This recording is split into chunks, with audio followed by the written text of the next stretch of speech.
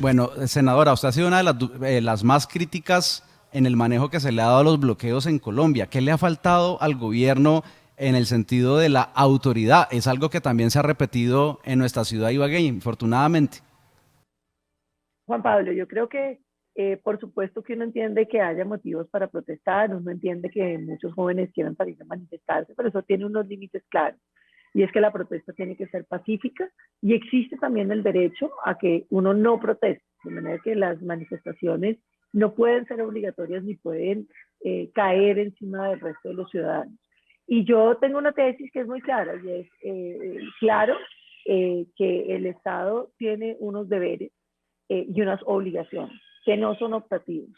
El derecho a la seguridad de los colombianos es un derecho que los colombianos tienen que tener y que no es optativo del Estado prestarlo o no prestarlo. De manera que yo creo que aquí hay un tema muy de fondo y es que definitivamente ha faltado la autoridad para decirle a los manifestantes que no se aceptan vías de hecho, que no se aceptan hechos de violencia, que es eso de cerrar las vías, que es eso de que la ciudadanía tiene que pagar para poder acceder a su barrio o a su sitio, como está pasando en Bogotá, o como lo que pasó en el suroccidente del país, donde se bloquearon las vías y se llevó a la ruina el sector productivo de este país. Yo creo que eso no se puede tolerar y que el gobierno debió despejar, haciendo la advertencia de que se iba a despejar y de que todo lo que se despejara de en adelante pues era absolutamente imposible de mantener. Yo creo que eso de establecer una mesa de diálogo, Juan Pablo, mientras subsistían las vías de hecho, era absolutamente inaceptable.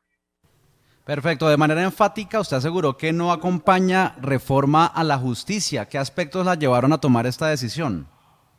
Juan Pablo, yo, como tú sabes, vengo trabajando en una reforma a la justicia desde hace mucho tiempo. Creo que lo que necesitamos es el fortalecimiento de la primera instancia, achatar la justicia, hacerla más parecida a la tutela, lograr que podamos establecer el precedente definitivamente para que la justicia pueda ser igual en todos los casos que son iguales.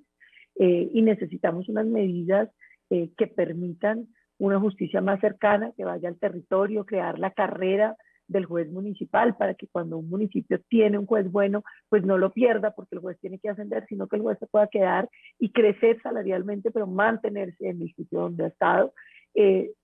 Pero lo que me llevó a no acompañarla era primero que no había ningún tema de estos que me parecen fundamentales para la justicia, pero lo más grave es que se aumentaba la burocracia estatal.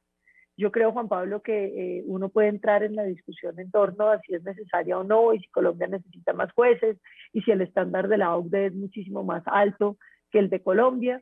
La realidad es que me parece que esa es una discusión muy importante, pero no es el momento. Los colombianos hoy principalmente necesitamos hacer un esfuerzo de austeridad en el Estado. Ni un cargo más en el Estado, Juan Pablo, porque la plata se necesita para atender a los más pobres, porque la plata se necesita para poder sacar adelante todos los micronegocios, las MIPIMES que se quebraron, más de 509.000 negocios se quebraron durante la pandemia. Yo quisiera ver la plata destinada en eso. Me duele mucho que le estén dando a la justicia 2.7 billones de pesos adicionales para completar la burocracia que según los diagnósticos se necesita. No creo que sea el momento de aumentar burocracia cuando uno tiene 42%, o sea, 21 millones de colombianos en la pobreza y cuando tiene, como decía, más de 1 millón de micronegocios que se perdieron. Regional, un tema que nos preocupa a todos es el estado, perdón, de las vías. ¿Qué propone Paloma Valencia desde el Congreso?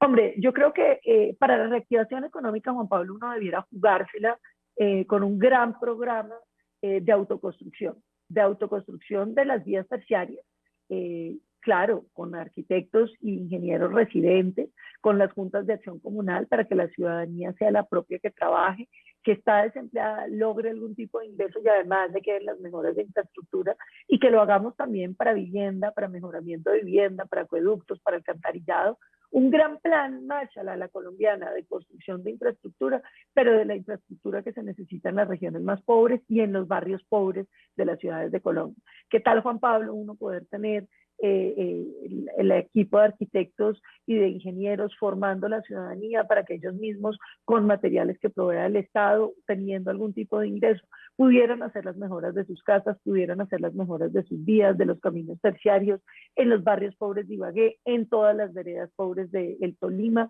y de Colombia. Estamos fallando en el manejo de la pandemia a propósito de las muertes, los contagios. Estamos como uno de los países que más crecimiento tienen en los últimos días. Somos el país número 28 en tamaño poblacional en el mundo, pero somos el país número 10 en muertes y en contagios en el acumulado. Y hemos sido el segundo o el tercero en estos últimos días. Yo creo, Juan Pablo, que eso tiene una explicación muy clara, que son los paros. En Colombia decidieron meter la gente en los paros y crear toda esa circunstancia. Y los paros han causado que la curva de contagios se dispare hasta llevarnos a esa cifra lamentable de casi 700 muertos diarios, y según la Universidad de Antioquia, el próximo mes podremos estar llegando a 1.000 muertos diarios. Todo eso tiene que ver con los paros, con que la gente que salió a los paros puede que ellos mismos no se afecten de manera grave, pero sí contagian a sus familias, y esas familias han ido contagiando a otros, y la realidad es que en Colombia tiene la pandemia salida de control por causa de quienes irresponsablemente llamaron a esos paros y han querido mantenerlos por más de 45 días, causando no solamente la destrucción del sistema económico, sino la destrucción de la salud de los colombianos.